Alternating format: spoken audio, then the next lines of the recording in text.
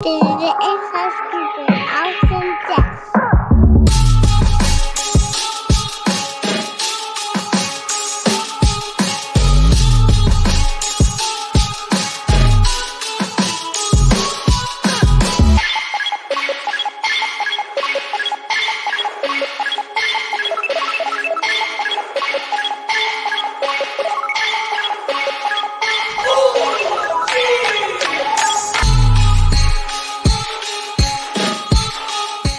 Welcome, everybody, to another episode of Inside Scoop with Alex and Jeff.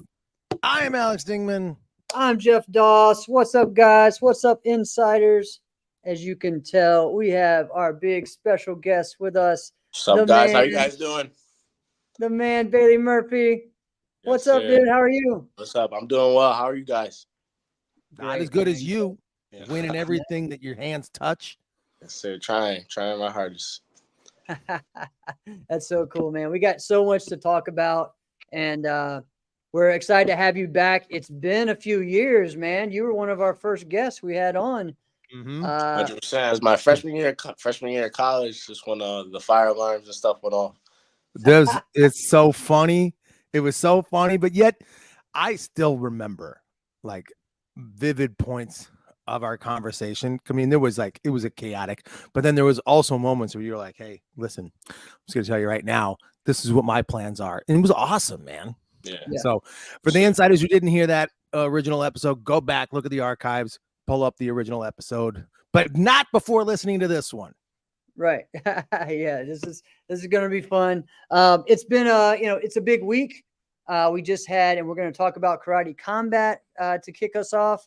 But this is for a lot of us our last week of most people work, or for me, this is the last week my school is open before we take a little, like a week off before Christmas. What do you got planned for Christmas time, Bailey? All right, so Christmas time, I'll spend Christmas with my mom, of course, spend time with family. But then the 27th, I'm actually moving to Florida, so got some big plans coming up. Where in Florida? I'll be right outside of Orlando. Okay, nice. Yeah. Everything's happening in Orlando, man. Yeah, 100%. Can you tell us what these big plans are, or is that still yet to come? No, I mean, the same plans I've always had, I feel like it's just a better opportunity for me to be in Florida as far as martial arts wise and, my career. I've done what I need to do up north. I feel like it doesn't have too much of a karate influence, so I want to be somewhere where I can make an impact. And I think that would be down south, Florida area, be closer to South Carolina, other states that are real big in point fighting, Atlanta. So it's just a better opportunity, I think.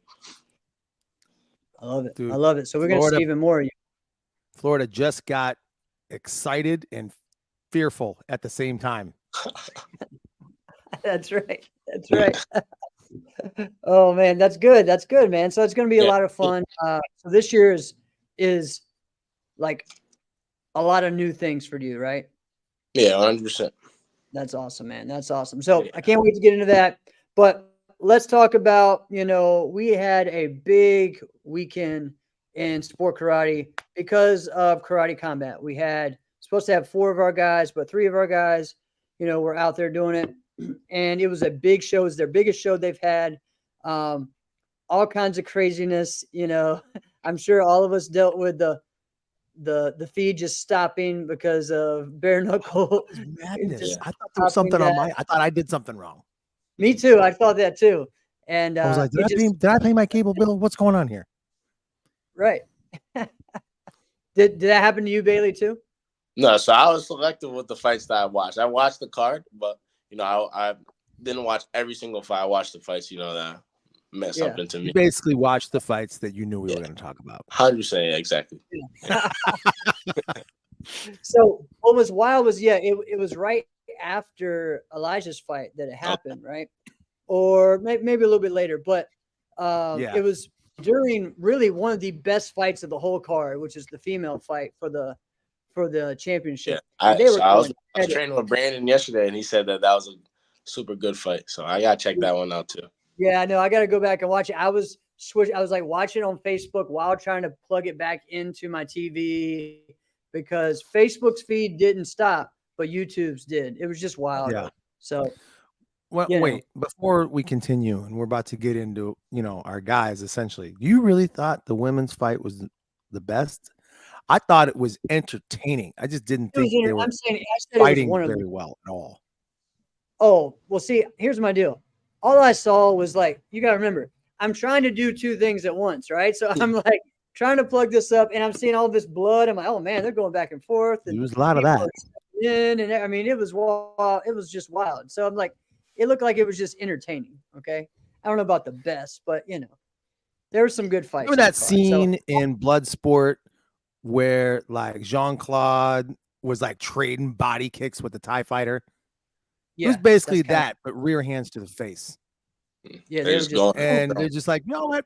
This whole moving and blocking thing, this is overrated. Don't even move the feet. Just stand here and punch. Like, Yeah. Well, okay, that's what maybe happened that's the not next night on the incredibly UFC intelligent. I too. don't know. Right.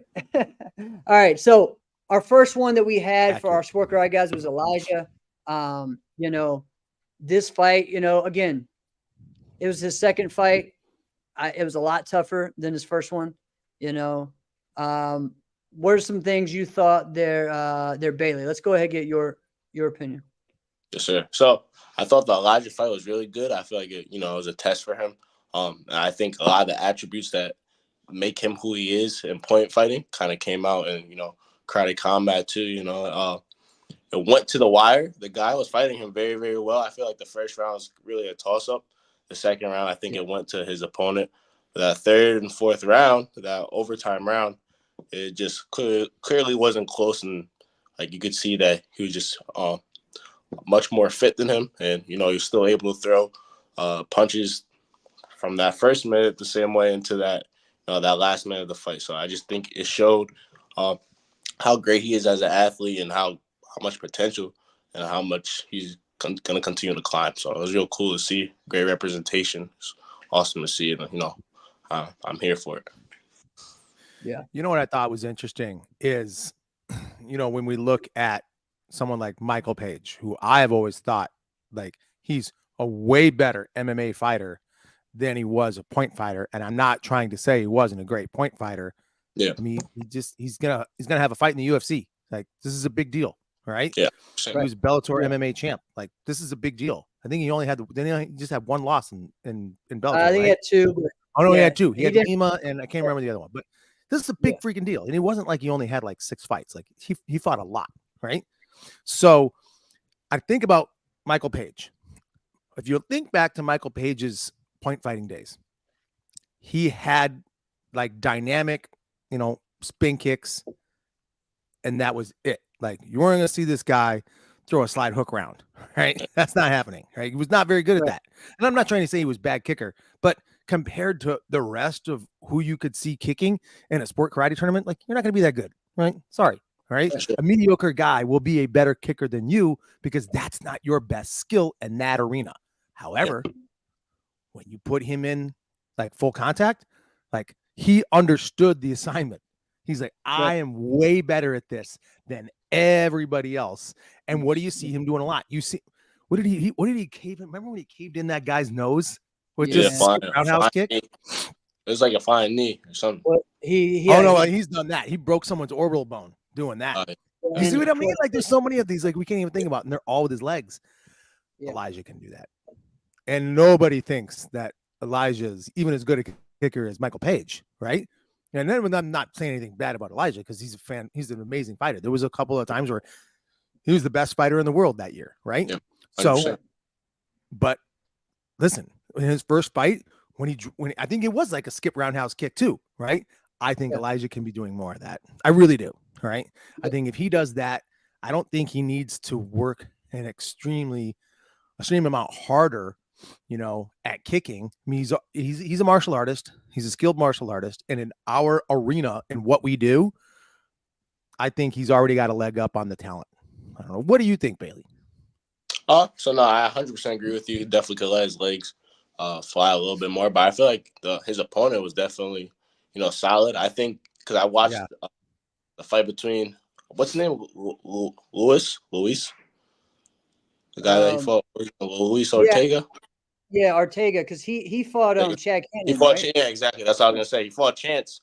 I feel like even him, like since that Chance fight, I feel like he's even gotten a lot better. I could tell like he really trained well. He prepared for this fight.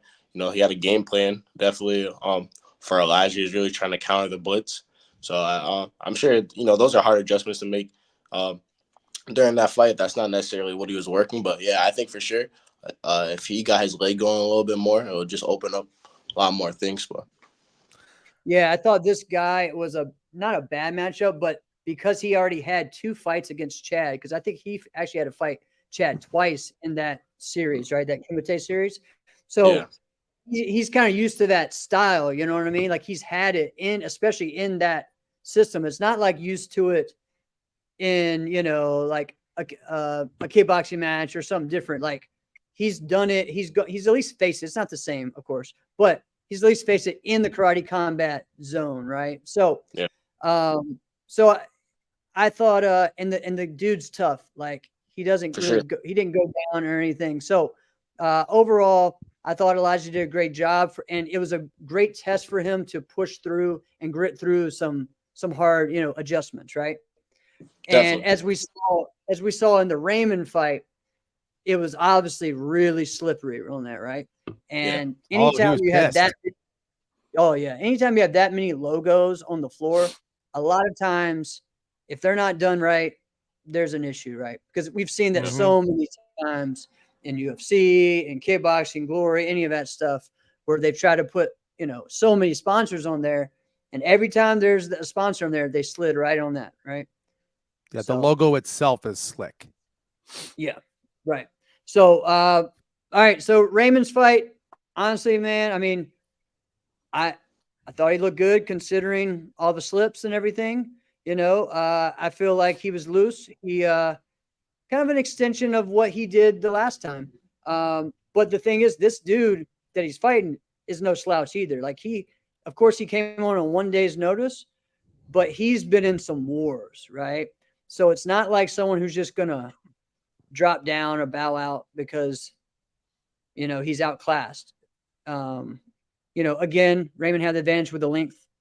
But the guy did a good job of getting around some of his arms when he could. But overall, I mean, I thought Raymond dominated it. Yeah, I agree. I think Red dominated. He looked real comfortable. I think he won every single round. Props to his opponent for taking it on such a short notice, but I think he dominated all 3 rounds, and it was a clear win. But to say like Ray had the advantage with the length, like Ray had the advantage with every aspect of the fight. 100%. Right, true. So this is where we start to play like micromanaging, critiquing, right? Is the problem that we have is we look at Ray when we see this, not just through the lens of what we're viewing. We look at Ray also with the greatness that we've seen Raymond be, right? So, and you look at but to say, and I think this to be true, and I don't want this to sound like it's a negative, although it's going to come off that way, right? Ray now has lost a step reaction time from where he was like 5 years ago, but that makes sense. 5 years ago, right? And he's in his like early to mid 40s. It's madness to say that's like we're actually saying that as a guy who's fighting at the highest level that there could possibly be in combat martial arts sports. He's in his mid 40s and he's still dominating. Yeah, this is real. This is real life. When you notice that someone's like lost a step reaction time, it's not based off of like, all right, somebody does something and then you hesitated or you waited too long to react. That's not typically what it is. It's when you see an opportunity. We see this in point fighting all the time. If somebody steps in and they're in range for you to blitz them, but you just don't blitz, right? But you just don't. And you're like, oh, wait, I'll wait for it next time. I'll wait for it the next time. Well, in point fighting, you might not ever have it next time, right? So it's when you don't go, when you see that there and you're like, oh, It's obviously way easier for us to see that because we're not there in the lights. We're not there slipping and sliding. I think you take the slips out of this, I think you look so much better, right? Oh, yeah. But that's, we're saying this like he didn't look good. He did look good. No, he looked like he looked great. Raymond Daniels, right? Yeah. Right. He called out the 2 headliners. For sure. What do you guys think about that? I mean, I honestly don't expect nothing less. You know, Yeah. I literally don't expect nothing less. You know, I feel like obviously you said like within the past 5 years he's kind of lost a step, but you can look at it like that, but I also look at it like, you know, he understands he's older, so the way that his game works is just different. He understands he may not have that same reaction time or that explosiveness, that athleticism might be declining, but you know, he's understands that, and now he has a different way to be a champion, like a different he has to learn different skills, understand his game at a different level now. So that's all the champions do. Well, they I think adapt. you're right on with that. Anything. I think when we watched him in like 2001, 2, 3, and 4, we would watch him blitz from corner to corner of the ring, like before someone could pick their heel up, right? Yeah. And just like totally engulf somebody, right? Being a 6'2" lightweight, right? Yeah. Like this is nutty, like doesn't even make sense, right? And so there's that. But we watched him progress and then adjust throughout the years. And I don't want to say he's lost any bit of athleticism because I don't believe that. But I'm curious, and I've kind of felt this way. I'm going to ask you, Bailey. All right. I felt like when I wanted to be on like my best, like the moves that I needed to train the most to have them at my sharpest were like jump spinning back kicks, right? Because for me, and maybe this is me because I'm not like the athlete you two are, right?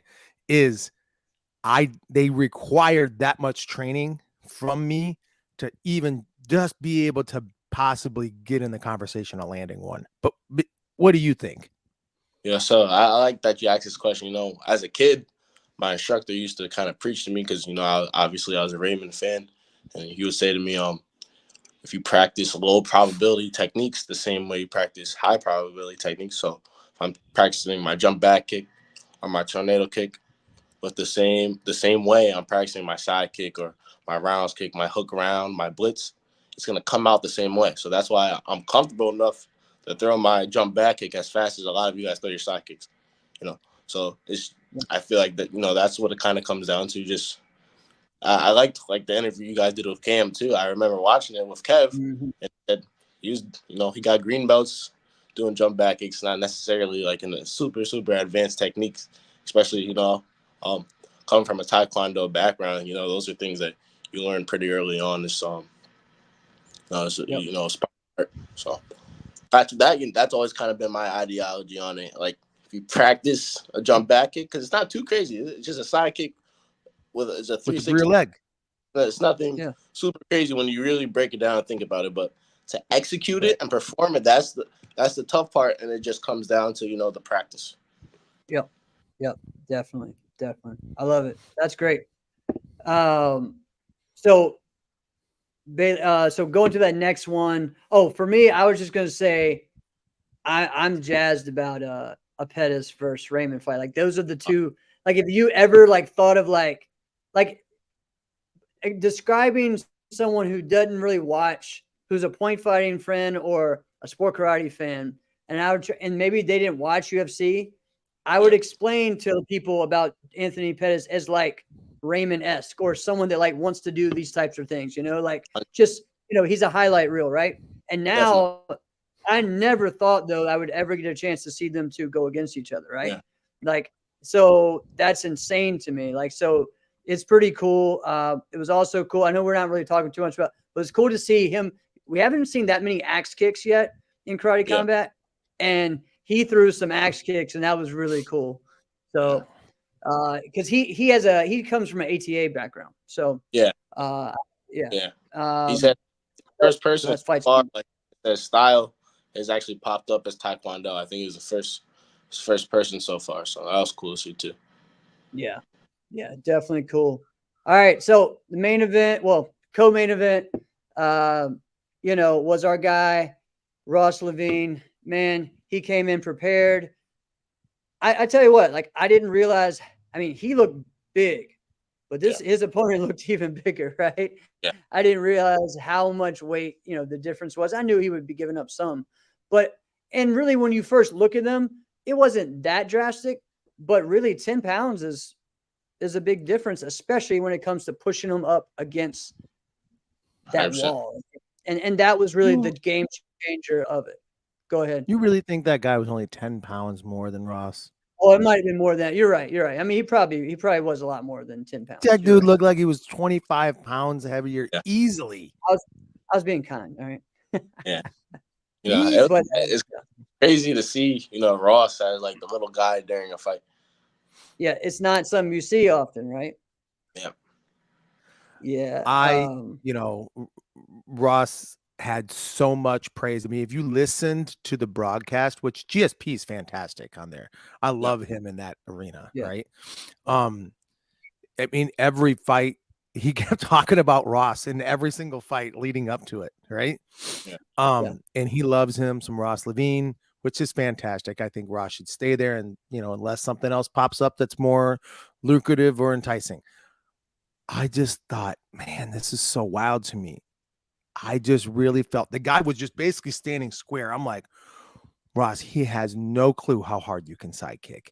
And oh my goodness, does Ross Levine sidekick so hard. He sidekicks so unbelievably hard, right? That just give him one, give him 5. He won't stand like that no more. He'll be the one moving, because I felt like he was just stalking. Oh, he was just stalking. He was just moving at him. And Ross wasn't taking the bait. He was like, all right, I'm going to move. I'm going to pick the time when I want to throw my strikes. I'm not just going to, be suckered into this because I know you're going to counter me. But just one of them. I just felt like there was so many more opportunities for a blasting sidekick. What do you guys think? So, like I said before, it's different to see him as like, the lighter guy, but also props to him for, his competitor mentality, saying, nobody's trying to fight me in my weight class, so let me go up a weight class and try to get another belt. So, I love that, I love that a lot. But I think he fought really, really well. I think that was one of the best fights I've ever seen him really have. He stuck in there and really just went toe to toe with this guy, even though he was a lot bigger than him. I didn't like his karate combat. His opponent didn't throw one kick. That kind of rubbed me the wrong way. Like, not one kick. No. Well, we already knew his opponent was not going to throw any kicks. We knew there's no way. He's going to throw counter hooks. He's going to throw counter rear hands, and maybe he's going to grab you and try to push you to the ground or throw you onto the ground, and that was going to be it. And that's what he did. He stuck to his game because he knows he can't try to do anything else. Ross Levine's way too skilled for him, right? But 100% the more skilled fighter. Yeah. Oh, yeah. Yeah, for me, the thing that I'm noticing really does like what we do. Yeah. Well, I was going to say, I think the karate combat really does like our guys. I think they do. Yep. I think there's a future for our guys. Bailey, I think there's a future for you in karate combat, big time. Right? If you ever wanted to, that's up to you. Right? Yeah, of course. That's definitely. But that's for sure. That's awesome. I think that they like the way we move, and I think they love the kicks. I mean, I think someone who would be probably one of the best karate combat fighters would be someone like Stephen Thompson. I think Stephen Thompson would be one of the best ever, right? Right. But he's fighting in the UFC. Bummer he didn't get a good outcome this past weekend. I watched that fight. I was rooting for him too, but because he's one of our stylish kind of guys, right? So that's why you root for a guy like that. Plus he's a nice guy. But just the way that we kick, that's what's exciting about karate. All right, look at the game itself. It's karate combat, right? We have karate. If the kicks didn't exist, it's just bad boxing. Yeah. You know what I'm saying? If there was no kicks, it's just bad boxing, which is essentially what you got with that women's fight. Sorry. So one of the things I just have taken away just from watching our guys, and I think and this is a thing that we all everyone has to figure out. It's just that, the ground game part, what to do once they get to the ground, not to just hurdle up and turtle up and wait for it to come up, especially when they do what they did. What he did this time is, sorry guys, getting to that wall, you're not a grounded fighter. So if you're pinned up there and you're trying to just wait till they break you up, it's not going to happen. So you got to find ways to get out of there. And I think that's tough because there isn't many, until people start building karate combat, formats in their gym, there's not really anything like that you can mimic it, because it's different than anything else. It's not the same as press up against the cage or even the wall because of the angle, it's not the same at all. Wall first, and then you trip. Right. Right. I think we're still trying to figure out the pit in general, not just our guys, but I think people, all the fighters there, half of them can't even get up the pit. You noticed that too when they got tired in deeper rounds. They're like, think of how demoralizing that is when you're just dying, gassed at the end of your round. You finally make it out. You got like a 4-foot walk to get out. You got to climb above. Maybe that's why we haven't seen too many heavyweights. All right. Could you imagine like Derek Lewis like being like, "Oh, I ain't doing that." Just bring the chair down here. I'll be good. Toss it down. Oh man, that's funny. All right, so it was a great event. I thought one of their best ones. Definitely going to the next level. And so that kind of gets us to Baylor. Like in March, tell us about your first fight. Like this is a pro fight, right? Full contact. Yeah, so it's with the Budo Combat League. It's based out of the UK. With that fight, I'll be fighting March 16th against a fighter who has 2 pro fights himself. The rule set is similar to the WACO full contact rules, where it's kicks above the waist, so there's no leg kicks. There's no knees.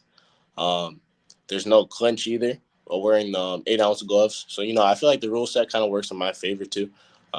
Essentially it's almost as if it's like a continuous fight. Once I get to Florida, I'll be sure that I'm getting into a camp. But in the meantime, I have been going to MMA class, continue my point fighting, of course, but just working on this new challenge and just adapting, not necessarily changing my style, but adapting and adding some new things I need to look out for while I am fighting. So it's been a great experience so far. I look forward to this. Awesome. So what's the format? Like you said, the rules, but are you guys going to just be on the tatami or a ring or what is it? A cage? So yeah, it's going to be similar to like a karate combat pit as well. Okay. Awesome. Wait, Sweet. You say similar, like, is there any differences? There's got to be a difference. Yeah, I don't think it's necessary. I don't think there's a real incline. It's almost as if it's like I would say similar to like the WCL format. Okay. Yeah. World Combat League. Okay. Not circle per se. Yeah. That's what I was thinking. Yeah. That's awesome. That's cool. So it's kind of like what we grew up watching, Alex, you and I, like PKC fights, PKA fights or whatever, Yeah, fight. Yeah. So American style kickboxing is really what we call it. Yeah. Awesome. Good stuff, man. But sounds like Bailey's actually going to have more room and space to be able to do what he wants. So what we saw so much is we saw it within the ring. So in the ropes, like it is crazy to anybody who's never fought inside the ropes. Your ring shrinks up real quick. Like you don't even have to do anything. Like you think like when you're watching it on TV or even if you're watching it in person, like you think there's more room in there than there really is. There's not a lot of space. Yeah. So, but sounds like you're going to have much more space to be able to do what it is that you want. Yeah, for sure. Nice. That's good stuff, man. All right. So Bailey, so that's the next, like one of the next big things you have coming up, right? Yep. When did that get signed while you were in Bristol? Is that when that got happened? So yeah, we had a conversation before. We had been talking for a while before that. Things just got confirmed while I was actually on the train back home from the airport. So as I was coming home from Bristol, that's when things got, kind of official. The first post went up, so that was cool. That's wild. That's good Yeah. stuff, man. I love it. All right, so let's So do say you know let's your just opponent? here. Yeah, Richie Lunt. He's from Okay. Liverpool. He's Tell me actually a about him. point. Richie Lunt. He's a point. He point fought himself. He did a little WKA, kickboxing and stuff too, and then he had 2 professional MMA fights. I think he's like 1-1, I believe so. Yeah. Okay, I'm already Yeah, assuming nice. that I'm not even going to ask. I know what your prediction is. You're going to predict that you would win, as we all would. Good. Okay, We all Yes. will. tell me what. Don't tell me what your strategy is, because that, Yeah. because people listen. Yeah. Tell me what he's going to do. I feel like obviously he comes from the same background, so he has some sort of understanding of what I'm doing. Obviously, and I actually I like that because he's not better than me at point fighting. So he's not going to come out there and try to point fight me and expect to be successful with that. So that really just comes down to my kickboxing training, like my actual boxing and kickboxing ability, along with my point fighting IQ. No, I've never heard of him as a point fighter, so I'm not worried about that aspect of his game. Um, so he just better impress me really with his kickboxing, and that's something that I'll be prepared for. Nice. And that's a Nice. respectful way of saying you don't even It notice you is. don't know. Yeah. So Bailey, man, I was talking to you at Toronto. How many Yes. different countries have you been in this year, competed in just this year alone? If I wasn't using my phone, I would go on my notes and let you know right now. But Yeah. I would say like 7 or 8. Okay. Nice. And so What? when you were there, What? before? What, you were there? What, before Bristol or after? This is nutty. When you went to all. So let's see. We can break it down. So the first time I went out of the country this year was in March. I went to Mexico with Ty. The next time after that was the next month. I went to Canada for Quebec Open. In June, I spent a week. The week before battle, I spent in England doing seminars. And then the first week in August, I went to Guatemala with Enrique. And then beginning of September, I tried to go to Venezuela. That didn't happen, so I ended up staying a week in Colombia. And then about 2 or 3 weeks after that, I went to Belgium for Flanders Cup, and then that's about an hour and a half train ride from Paris. So I was lucky enough to go see Paris too. So that was cool, just a nice trip. I actually just got to see it. And then 2 weeks after, or actually a week after, not even like 6 days after that, I went to where I go. I went to Norway for a day. I had a 19-hour layover there. Spent some time, got to see some of Norway. Then I went to Czech Open, so I flew to Czech Republic for a couple days. I competed, got to fight Sandro again. A lot of people probably don't even know that. Me and Sandro had another fight out there. This is the week before Bristol, and we actually had a good fight. I lost in overtime for the open weight final. Had a crazy fight. That was real cool too. It was good motivation right before Bristol too. The next week flew to Bristol, or actually no, I flew to London, taught seminars that entire week. Took the train to Bristol, won that. Took the train back, taught seminars for another week. Came home, really just wanted to stay in Waco mode. So I really didn't go to, didn't push to go to Diamonds. I was teaching a seminar that Thursday. I taught a seminar that Thursday. So for me to go from Bristol to Minnesota would have been a little much. So I just decided to stay in Waco mode right before Waco Worlds. So I had about a month off. I went to Portugal. And yeah, now I'm home. I actually, as soon as I got home, the next day, I drove to Canada for Toronto just to teach a seminar, teach a couple seminars and get some good training while I was out there too. So it's been great. It's been a great year. Super blessed, to be able to allow my passion to take me around the world. It's been an honor. It's exactly what I said I was going to do when I was a little kid, and I used to see, my literal heroes do this every weekend in different countries. K Swift, yeah, I forgot. I went to Argentina too. So I forgot. No, it's just yeah, you went to Argentina. Forgot about that one.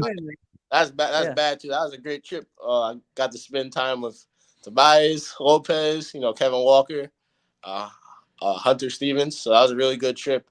Those guys fought out there. It was a great experience as always. And then the day that I flew home from Argentina was the same day that I flew to Portugal.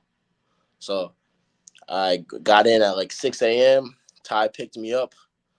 I walked in. We didn't even talk. I dapped him up, went to sleep on his floor. Then we woke up like a couple hours later and we flew to Portugal, Then we had a crazy experience there, losing our bags as soon as we got there. So, yeah, it's been a great year, an eventful year. Super blessed. I wouldn't want it any other way. So it's been awesome. That's Wow. awesome, man. It sounds like a roller coaster. Yeah. All over the place. And man, really, like, I know. Yeah, world traveler, world champion. That's right, Joe. Okay, wait a minute now. I got a couple of things. Number one, I wish you would have been in Minnesota for your guy Ty. I judged his fights, and I'm like, the first few rounds in, I'm like, he's gonna win the whole damn thing. He's on another level. He's gonna win the whole damn thing. And it was just some absolute craziness happened where he legitimately didn't, but it was just like I didn't see that coming. But anyway, selfishly, we all would have loved to have seen you there. Really. Yeah, for sure. I don't have really advice to give you because you surpassed anything I would have been able to have accomplished before you were 17 years old. So, but is the one thing that I would say, I would have a mentor who is not in martial arts. Yeah. And I don't know if you do or don't, because, and there's and I'm not going to get too detailed in it, but I think you have an opportunity to set yourself up financially for an extended period of time doing what you're doing now. So that, because there's going to be a time where you possibly won't be doing this or won't want to be doing this. For sure. You kind of picking up what I'm throwing down? Yeah, I got you 100%. There's so many things that, like, man, the capitalist in me, like, if I was Bailey Murphy, if I could bottle this up, what would I do with it? And I'm just like, oh my goodness. Maybe another day, another time for you now. But I just see this and I'm like, listen, it took someone for me now, and this is just a side thing. There was someone, this is years and years and years ago.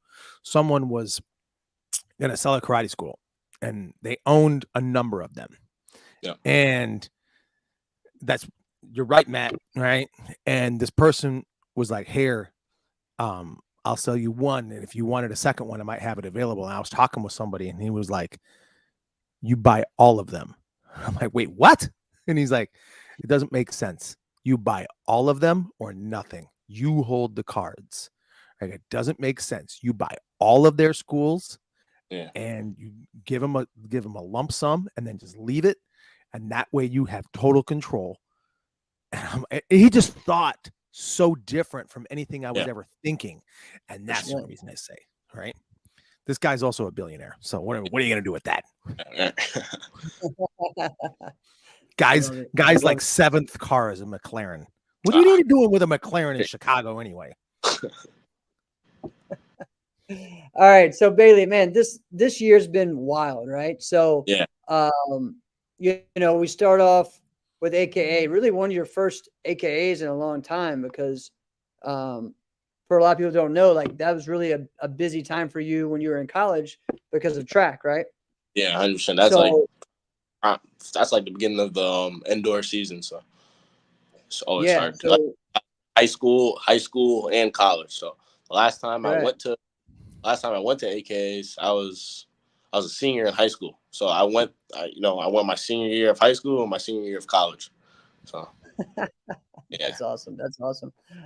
So that was just like, honestly, like AKA is just, it's just fun because it's the first term of the year, especially for us, and now it's even earlier this year. It's going to be like the second week. It's just crazy how early it Yeah. is. It's kind of like we haven't gotten really a break. Right.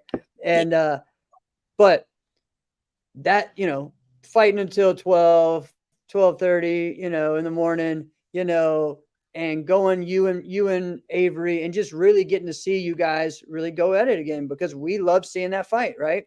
And sure. started that off, not getting the wins that you wanted. It doesn't mean you had a bad weekend. You had a great weekend. You won a lot of stuff as well, right? Yeah. It's just when those tournaments that have the overall, right? It's a whole different thing. Do you like that? Do you like events like that? I'm sure as a fighter and wanting to be, you like, oh, I want to get the chance to be the best, right? Is that One thing else, I mean, though, Jeff, that's also, and this matters. That's getting Avery at Warrior Cup. Where you get that fighter does matter. Like sometimes those things matter. Yeah, it's true. yeah. So no, I mean, obviously I love those moments. That was a big one for me because honestly, that's really the only thing I haven't won in NASCA. So Right. props to Avery to shut me out and not allow me to get that. And prior to that event, I had beat Avery 2 times at Amerikick, and that was the last time we saw each other. I keep track of like little things like this just because of how competitive I am, and for me, for him to do the same thing back to me, it just makes it super impressive. I keep little stats of stuff. Not many people have beaten me for like a final on stage either.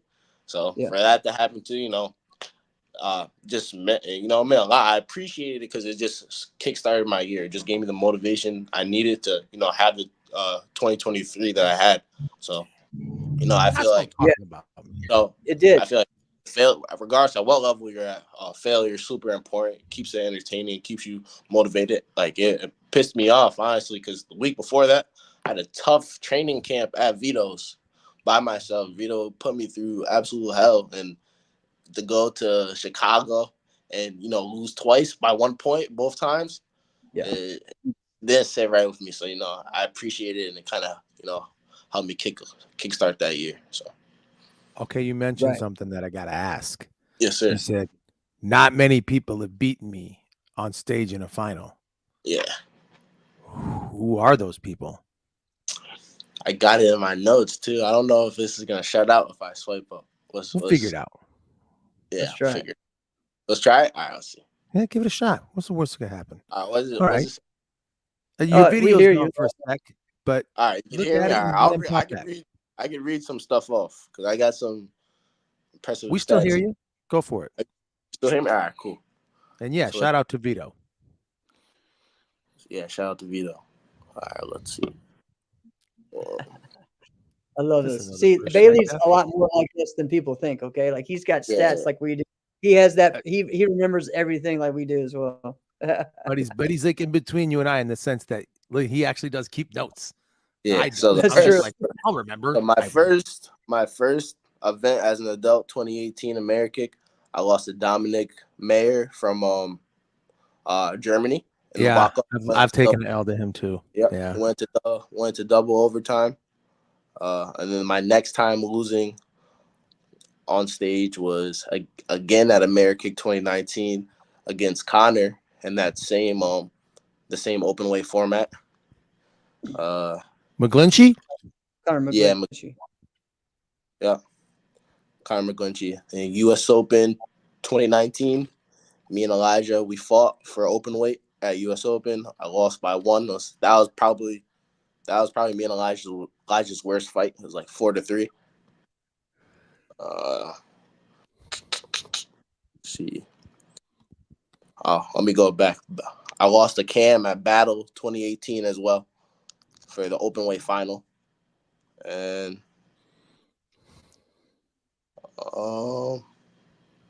then Avery at AK. And that is a short list. Yeah, that's But it. What the only about thing that's an outlier to me that's like battle, that was battle funny. this year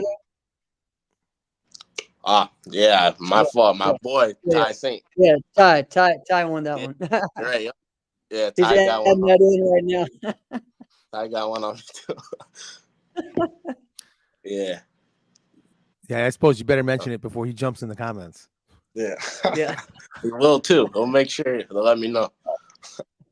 You know what's funny is the only thing that's like, because there's a couple things that pop out to me when you mention that list is One thing, not to cut you off either, but no, go for all it, man. It's your those show. all those are open weights. Those are only open weight. Okay. That's crazy. That's So crazy. say that because as far as, and I say this because I want people to know so they have something to, work for. And like, I want you guys to come beat me, but I haven't lost a lightweight overall at any tournament that I've been to and competed since US Open 2019. Every time I've gone to a tournament, I've won the lightweight overall since US Open 29. That's the only time I've lost overall.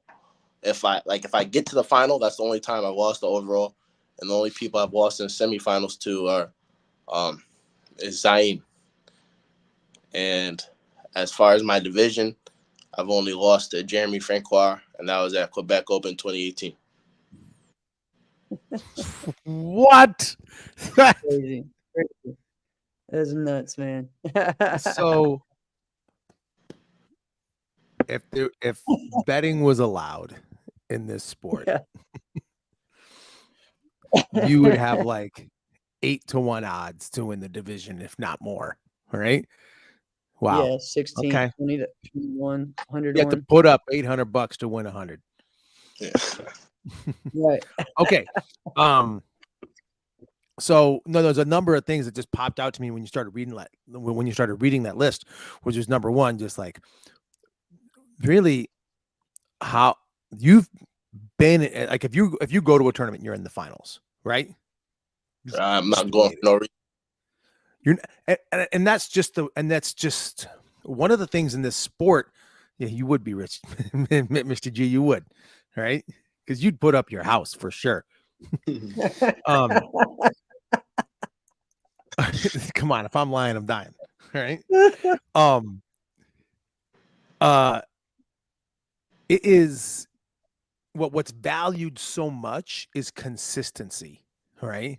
Like you may not win every overall, but if you always win your division, that every team coach and every team manager, number one, win your division, right? You want to be the guy in the division, right? If you don't ever win the overall, like someone who's like revered, and there's been a lot of negativity over the decades talked about this guy, but one thing that he's pretty much always done, he always kind of won his division, which was Jesse Goldberg.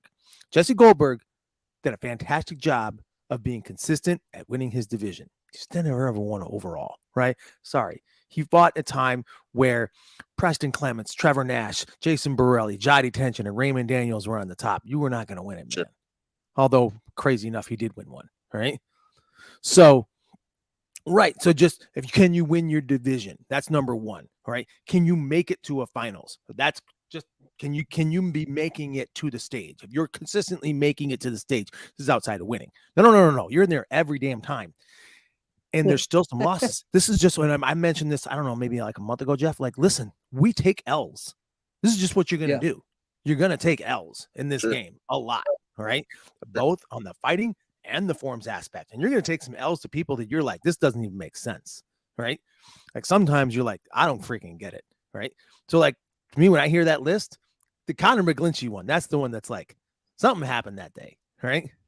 Which whatever, you owned it, you said it. You were like, Conor McGlinchey's in there, right? I mean, Conor's a great fighter too, but especially at that time, I feel like now he's a great fighter where we would have a war. I've even trained with Conor this year, but I feel like then at that time, I think I was better than him, and he just fought me real well. He had a good game plan for me, and he beat me. I remember, I'll never forget that. I was like Ben saying at that time, it was kind of a bad matchup for me, but that's one I wish I could have back for sure. Right. Yeah. I mean, And what you want is you want to be able to say like, all right, if this happens too often, I actually think this happens too often to guys where they accept the L from somebody who is already kind of out there as like they're better than you, right? Like, example, if I took an L to Jason Borelli, newsflash, I've taken lots of them, right?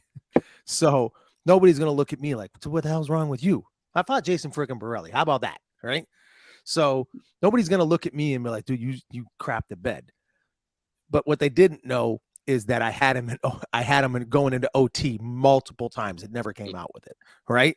So that happens too often in the game. That list is so short, and yet you have it, and you have it on hand, and yet you're just ready for it.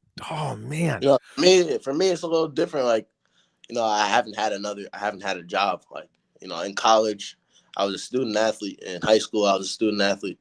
So the first time I started like teaching a martial arts class, I was like 15. So throughout my entire life, this is kind of how I made my money. Not that I do this necessarily just for money, but you know, like while I was in college, I don't have the chance to go work. You know, I'm a full-time student and I'm an athlete on a scholarship as well. So I didn't have the opportunity to go work somewhere.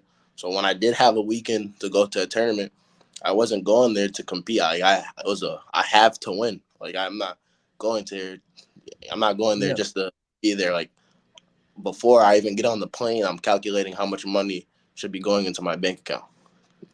Dude, I heard Ross Levine talk about that too. Can I tell you something? I don't think, and this is just me. I mean, obviously, you know, stuff happens in life where it's like, all right, that makes a little bit of a difference. I don't think you should ever have a job. Yeah. I don't think you should ever work for somebody. Yeah. I think what you do is so unique. I think you should own your own businesses, and I think you should just do that. 100%. I think what you have, I think, is unique, and I think that we live in a finite world. We have finite human bodies that God gave us. Exactly. Use this thing. Definitely. Yep. 100%.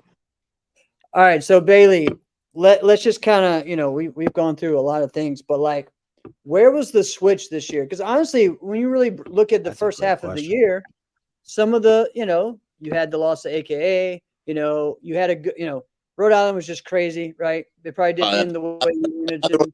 No, that's a loss in my book, regardless of what happened. Yeah. That's an L. That's you know, I was unable to. That's an L. So I forgot to mention that one. Cam beat me in that as well. And was it the super fights? Super fights, yeah. L. So that's another one too. And then, you know, Ty coming back and, you know, getting his first overall, right?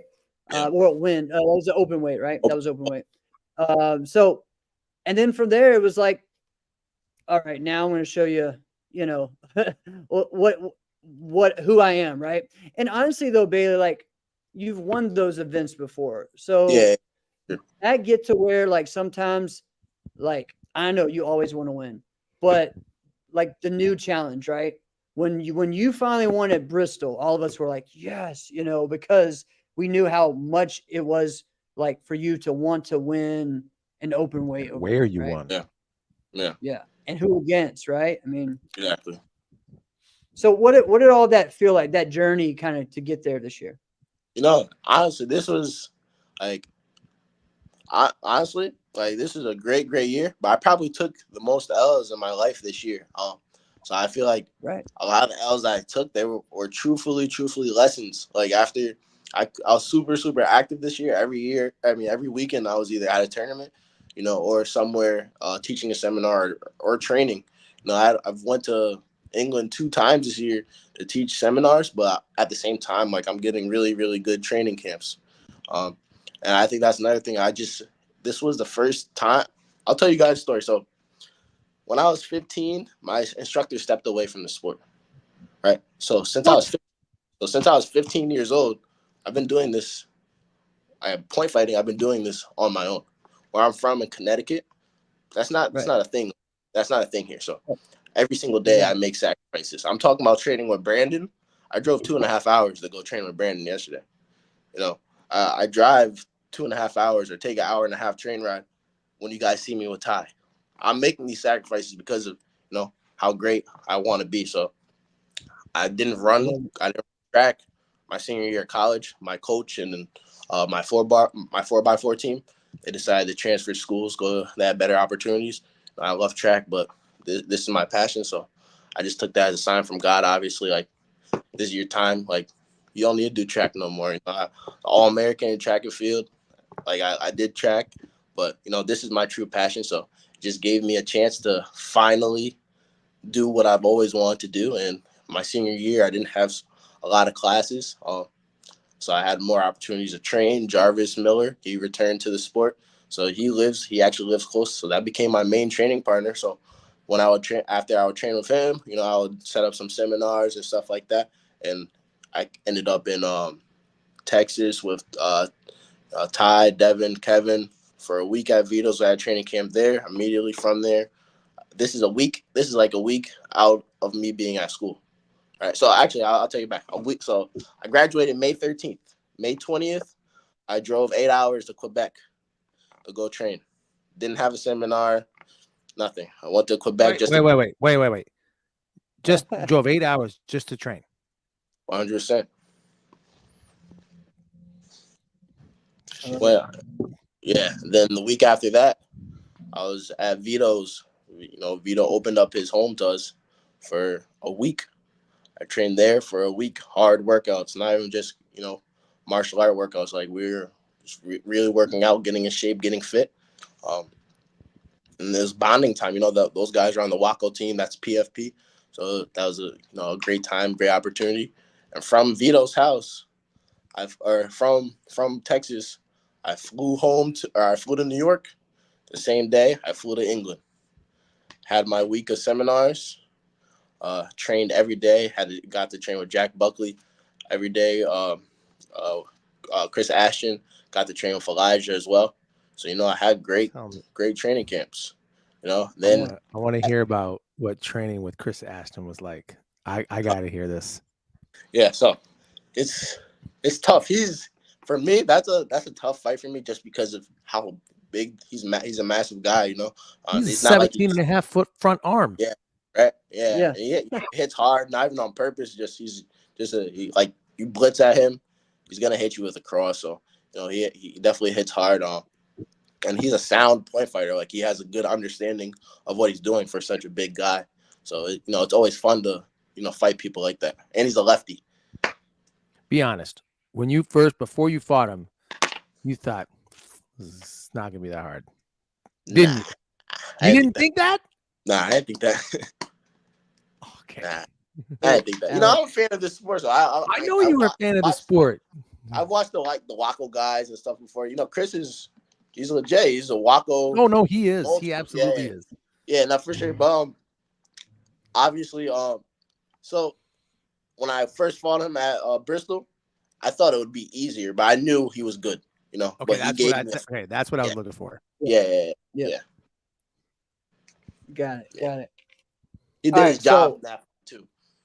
Oh, yeah, Bristol. He did. Yeah, he did. All right, so Bristol, big win, and really, like you said, like that was setting you up for, like you said, staying in that Waco mindset to go and win your world title. Which, like this year, I mean, honestly, like, this was one where it was like, all right, he's got this. That, like, True. I didn't feel any way at all like it's going to be close. Like, I felt like you really dominated and did what you needed to do. Coca gave me a fight though. Yes, I'll break it down with you guys just because let's go. Let's do it. That's what I'm here. Crazy.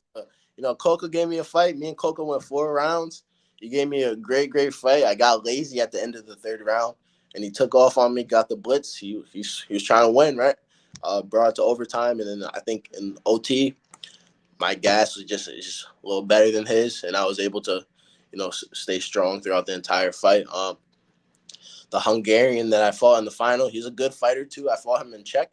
he actually won the World Combat Games for the minus 69 division in Saudi Arabia. So, I was prepared for him. He has a good body punch. Probably has one of the better body punches in all of Waco. He doesn't stick to the body jab as much.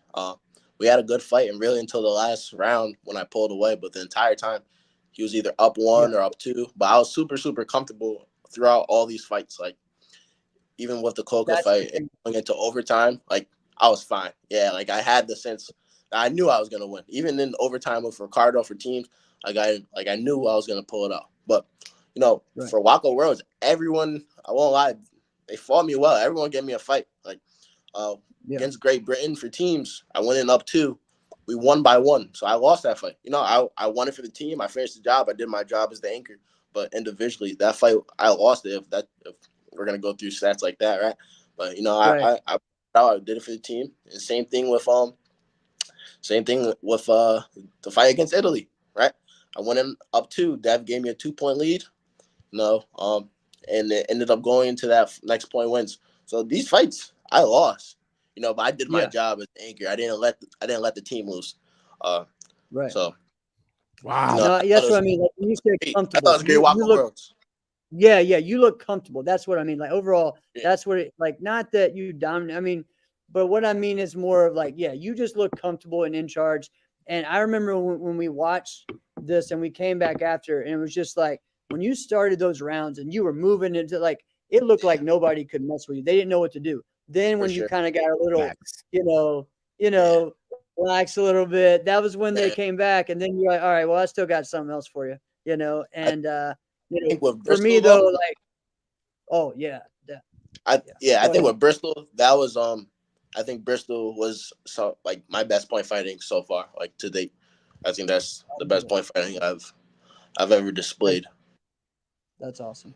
That is what's that interesting feeling that like? you can Like, what's that accurately. like, though, Bailey? Like, say again? Yeah, but like, what's that like to feel that? Like you said, like, to be able to say that's the best I've ever felt, and like in that moment, you know what I mean? Like, and it really is a crazy feeling. I lost to Ricardo last year, and every single day that was on my mind.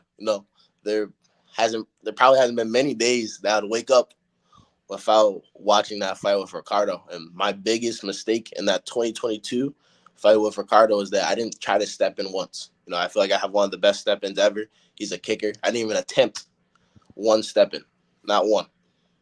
And when Ty and I, before the fight, it was cool. That's my brother. We had a real conversation before the fight. He wants the best for me always. He came up to me and was like, "Yeah, I know you're Bailey Murphy and all, but I don't think you should step in." And I was like, "Nah, bro. I watched that fight for 365 days, bro. I'm gonna step in on him." Like, that's been my game plan since October 2022. I knew I was gonna step in on him the day after I got back from England in 2022. Like, when I got back, I was like, next time I fight him, I have to at least try to step in on the kicker. I have the best stepping in the world. I have to try to step in on him. So it worked out. It was successful. I feel like me getting that, kind of eliminating his leg, forced him to have to use his hands, and allowed me to be who I am. Wait. You said something that we got to talk about. You said you have the best step-in in the world. Oh, for sure. Let's talk about the best step-ins in the world. And I want Okay, let's see. The best step-ins in the world. Who else? Avery Plowden. For sure. Yours is better. For sure. I think so. Okay. I think The thing is that we do it a little differently. We're Correct. different, right? He's a heavyweight. He has a little height on me, has weight on me. The way that's set up is differently, but I feel like there's not a leg that I'm not able to step in on. I was 16. Right. I was 16 fighting Roman, stepping in on Roman. 15 years old fighting Zolt, stepping in on Whoa. I watched your Zolt one. That was awesome. You Yeah. stepped in on Roman. What was that like? Like, dude, I tried that. That just, like, everything about that. Like, I didn't have any concept of like dexterity or range. Everything was off when I tried that. it's just a I got a pattern. chamber to the eye socket. Yeah, your chamber's super, super high. But I feel like a lot of people don't understand, like, there's multiple times to step in on something. You know, someone can kick in the re-chamber, someone can kick and drop, and they try to get it back up. These are all gaps, you know. It's just about the timing and understanding the gap. I feel like you don't even have to be super, super fast. You just have to understand the actual timing, that technique that's being thrown. And be comfortable enough to know you don't, when you're trying to step in, you can't create too much space. Too much space is not going to allow you to step in. You got to be comfortable with a foot this close in your face. So, okay, who else? Let's see. Kevin Walker. Kevin Walker, 100%. For me, I would say better than Kevin Walker. Okay, good. I would say Ty, Kevin, Avery for sure. Who else has a good step in?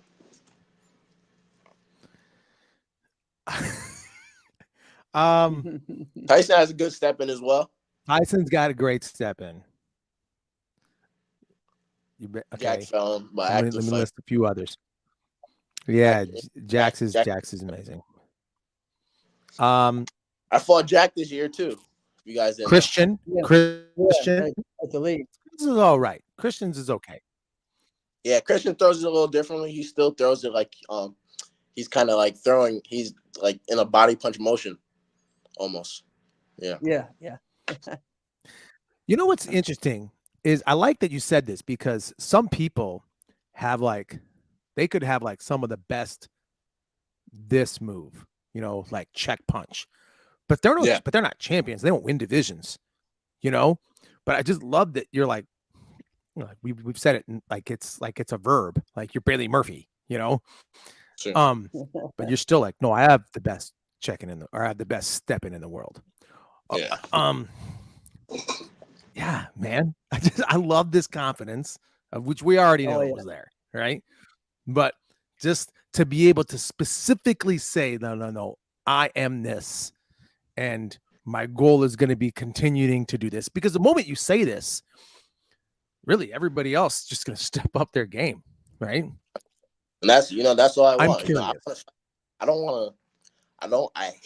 I hate going to tournaments and people are not fighting. I feel like that's the most that's the most disrespectful thing in the world, to put your gloves on, touch gloves with me, and then just bounce around and not try to hit me and not try to.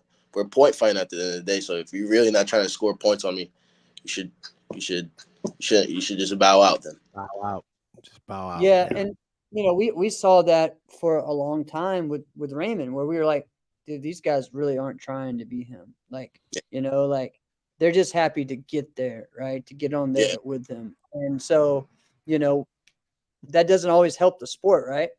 Yeah. It hurts it. And that's all my mission is, just to help people. I'll literally go have a conversation with someone after I beat them, because I'm crazy and I want you to be at your best, so I can beat you when you're at your best, when you're most confident. That's when I want to beat you. Not when you haven't trained in 3 weeks and you go to the tournament and draw me first, and now you're just bouncing. I want you training at your best, super confident, you believing that you're going to go to the tournament and win, so I could shut that down real quick. Has anyone ever done that to you? Has anyone ever done that to me? 100%. The moment they were done and they were like, listen, come here, let's talk.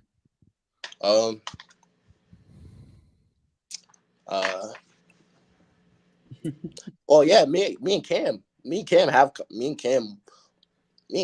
have conversations as we're fighting. We literally have conversations. Of course he does. This guy does that a lot. Right? It's so amazing to me. Yeah, we've talked before, during, after fights about what we should be doing. Just because he's a competitor just like me, and like he wants to give me the best fight, I want to give him the best fight, and it's been great to have him back in the sport, being able to fight him a couple of times this year. So I'm very appreciative to that. That was a person I fought for the first time in the adult division when I was 14. So it's cool that it's about 8 years and we're still able to fight. That's awesome. So I was curious. I'm curious about this because you're so knowledgeable about where the sport is at, and able to assess, different things in fights. And not everybody who's extremely talented really is. In this sport, a lot of us are because of what that requires. Okay. Um, but what I'm interested in Appreciate is seeing that long term, like as you look at the sport, because you're able to see it literally worldwide, right? What do you see as a need where you're like, man, we really need more of X? You know what? This is, if anybody did this to me, it would make my life so much harder. And I don't know why nobody's trying this. Yeah. And I see that like this, okay, like Kevin brought this up in the comments. Like I made a kickers list years back. And Jeff and I talked about this where you chimed in and you were like, listen, I'm a top kicker right now. Sure. And I think that was like 4 years ago I made the thing. All right. Yeah. So where does that put you now? Exactly. All right. So I don't know, man. Where do you see where you're like, listen, let me tell you what fighters need. Go. All right. So, like you said, being all over this year, I feel like the conditioning of the point fighters in the U.S. is really, real bad, honestly, especially because we're fighting one round. Overseas, they're fighting 2 rounds every single fight. And another thing, honestly, I feel like a lot of people, and I'm not saying this disrespectfully, I'm saying it because I want the sport to grow, and I'm one of the biggest advocates for point fighting, right? I feel like a lot of people, everyone, when you go to a karate tournament, everyone knows how to throw a kick and a punch, but everyone there doesn't know why or when, and that's the problem. There's people going into the ring and blitzing because their instructor taught them how to blitz. There's no thought process behind it. There's no setup. There's no fake. It's just I'm doing the techniques that I work on, but I'm not actually working on a concept or making a setup. I'm just doing. On a pad, you're undefeated. 100%. So I think it comes down to really knowing what you're doing and understanding, like if I take a step back, what can I set up? If I take a step forward, if I take the step off to the side, what can I do from there? Just understanding what you're truly doing. It's bigger than kicks and punches. That's the easy part. Everyone knows how to do them. So you got to put yourself in position to be successful and execute those techniques, or all that other stuff that really doesn't matter. If you're not putting yourself in position, you don't have the correct footwork, correct setup, it does not matter. It doesn't make a difference. You'll never score. You could have real pretty kicks, but it doesn't matter if it's happening in my face and you're not hitting me with it. Right. Exactly.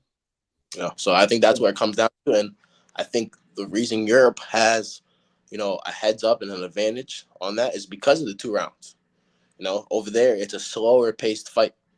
So that first round, they're really just bouncing around, trying to hit each other with body punches, body jabs, right? That second round, that last 30 seconds, if it's a close fight, that's when the American style comes out, where they have to be more aggressive. And that American style works into our advantage if we were to go over there. It's just understanding, once again, when and why, and if you have the pace or the conditioning to do it for 2 rounds, because it's a long time. Because a lot of people right now in the States can't do it for 2 minutes. So it's going to be hard if we adapt and bring over a 2-round system, or why a lot of people in that in the overall fights, right? For your lightweight or heavyweight overall, it's 2-minute rounds. We have people that are dead tired, and I've been in that position. I literally was in that position when I lost to Elijah in 2021, right? I killed Nazca that year. Only time I lost in 2021 was the Kevin Walker at North Georgia Open. But I won every single open weight and every single lightweight overall, and then I lost to Elijah at the end of the year. And me and him had a great first round. I was up 2 or 3. Second round was declining with my just my fitness. And the third round, I got spread. It's because I wasn't in shape to fight at the speed and the level that I'm capable of. You know what I mean? You don't want to fight it for 1 round. I feel like that even though fights aren't 2 rounds, that just happens throughout the division. You have a super good fighter. Absolutely. Super good fighter. Kill their first 2 fights. That third fight, it's not even the same person. Right. So I'm honestly challenging I'm challenging point fighters. I want you guys to get in better shape and start thinking, start visualizing your fight. I want you guys to be doing things on purpose, not just because you're seeing it or being taught it, because it's bigger, so much bigger than that. Highlight reels can be a lie sometimes. Yeah, 100%. Okay, you said so much. Yeah. And I loved every moment of it. I'm curious about a couple things, just because my messed up mind thinks of things in a funny comedic way sometimes. Yeah. When you when you went to, like, you know, the 37 different countries you went to this year, they all fight different. Tell me about them.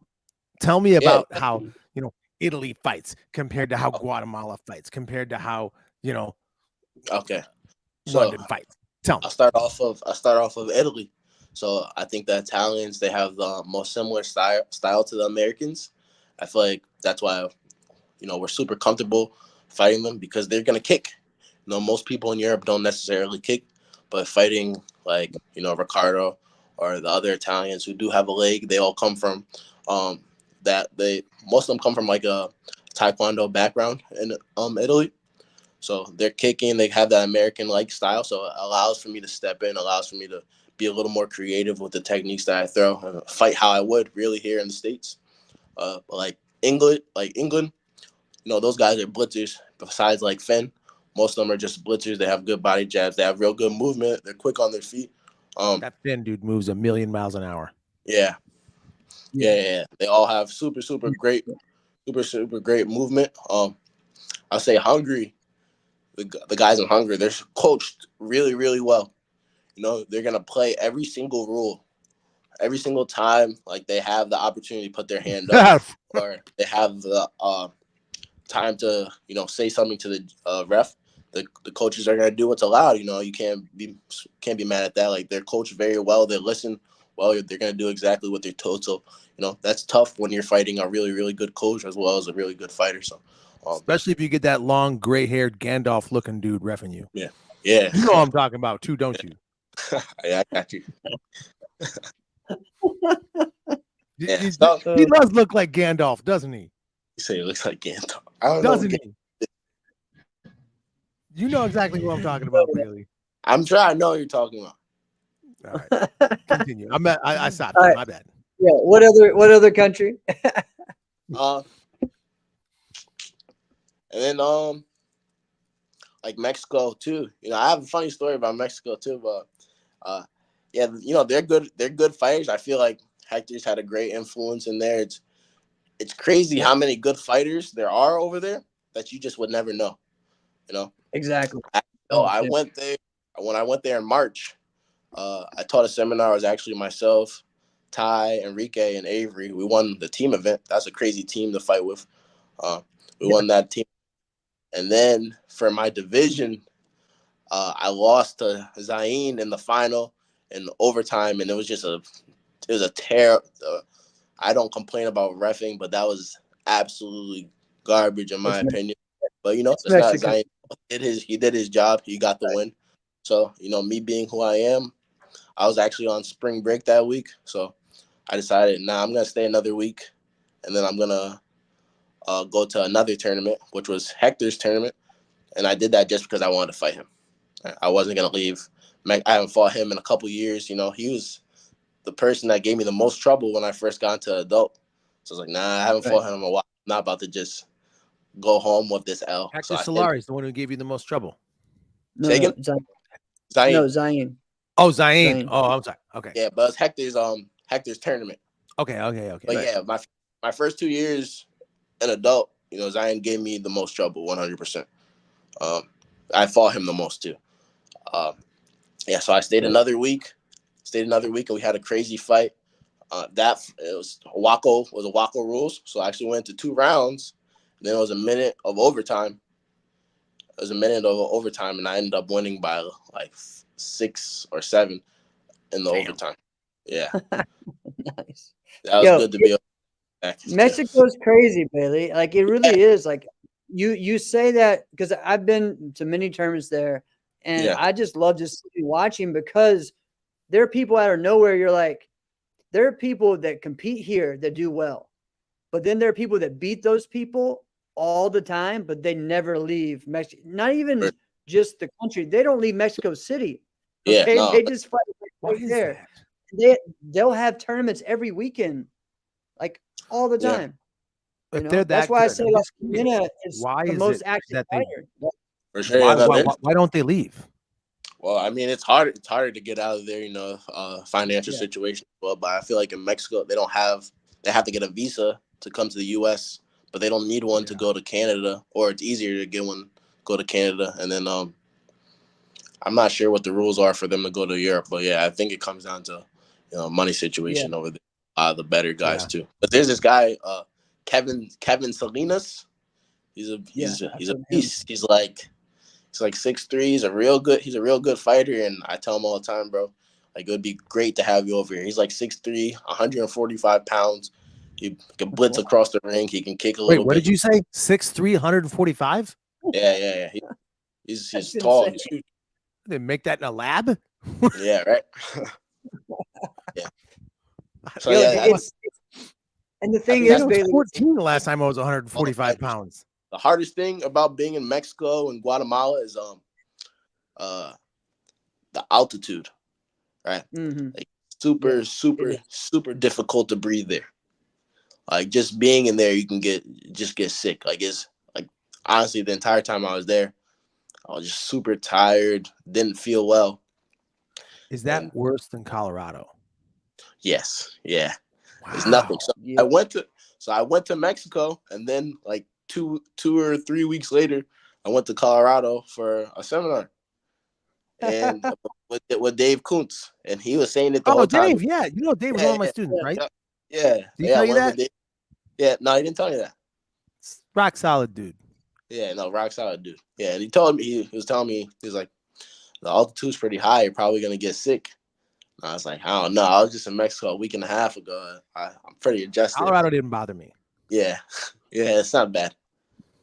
It did when I was younger, but when I got older, it wasn't. Yeah, when I was younger, it was real bad. But but the other thing, what's funny too, was rough.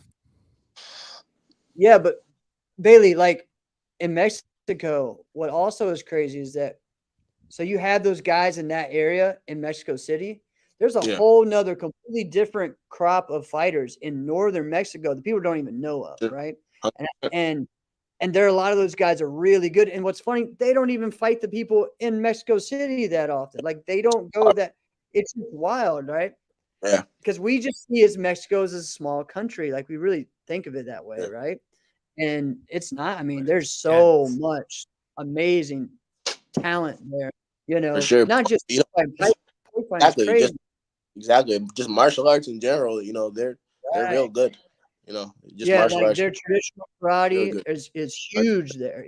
Yeah, definitely. It's really cool to see. Really cool to see. All right, Bailey. So one thing that changed this year. Let's kind of talk about this, and then we'll kind of wrap it up. And is straight up. So we got the addition of Kevin this year. Let's talk about how that changed the game for you guys as a team. Man, so first of all, like growing up, Kevin was one of my idols. That's my big brother, it's my guy. So it's awesome, to now have him on his team. Someone that I looked up to, kind of inspired me to do the things I'm doing now. I was a 14-year-old kid, 15 years old, had him on Snapchat, see him every weekend at different places, teaching seminars, winning everything. So, that I was definitely inspired by him, and, I'm happy to call him a brother, a teammate. So how that came about was the day before team fighting at AKA. We had already spoke when we were in Argentina, but the day before he called me and he said, bro, so what are we doing?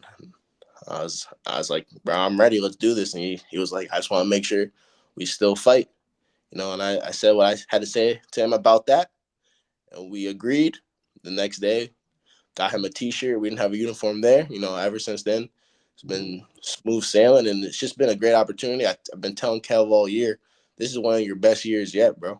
So I'm just happy to be a part. He's been killing it all year. He had a really, really good year. Won teams a lot too with him.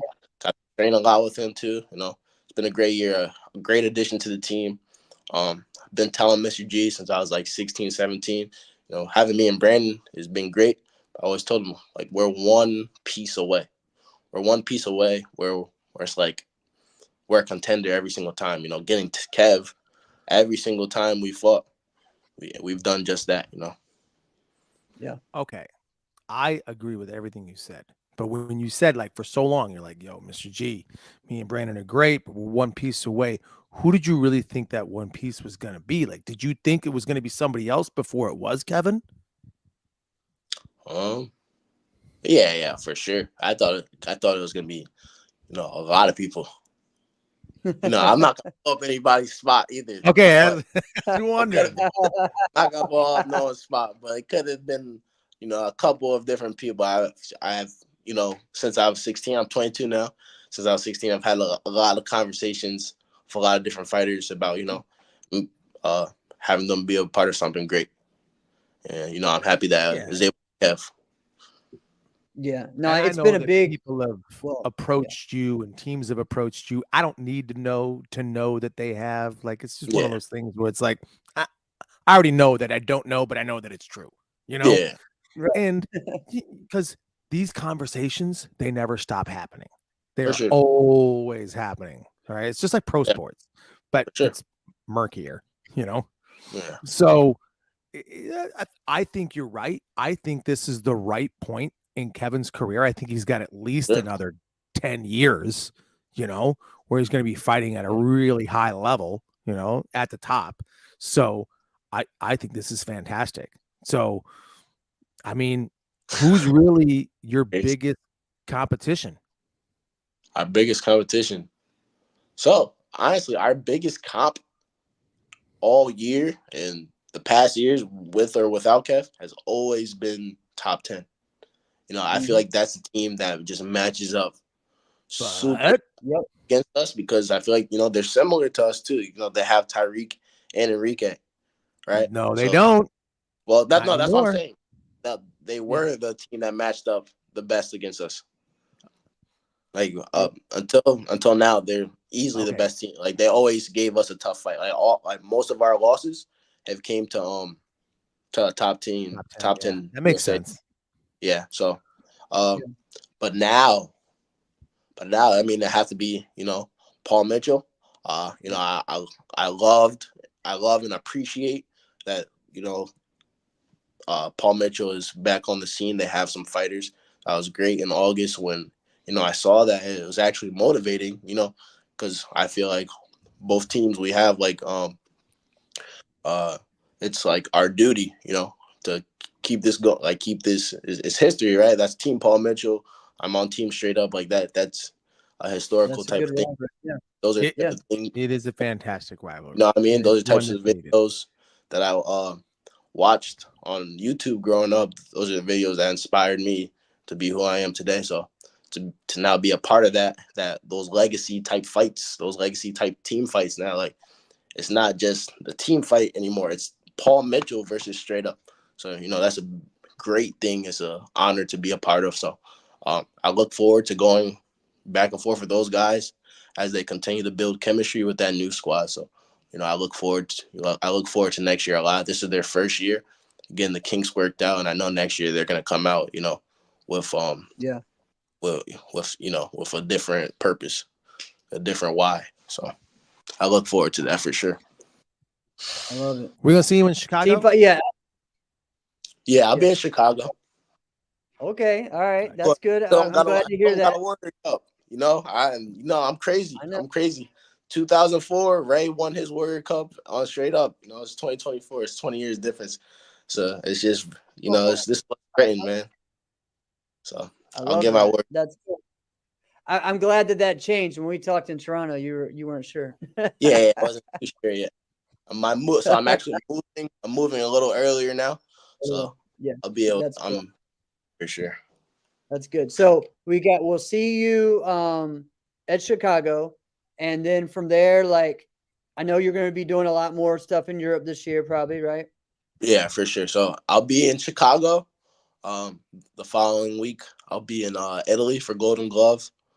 Nice. And I'll stay until Athens Challenge, and then that'll be my last point fight until after. Well, I'll go to the Waco National qualifier Yeah. February 8th, but that'll be my last point fight until after my full contact fight. You know, it's my first one. It's a pro record, so something that I'm not gonna take lightly. I'm gonna take seriously. Obviously, I'll still be training point, so you guys don't think I'm taking time off, but you know, I'll be gearing a little more time to my full contact stuff as well.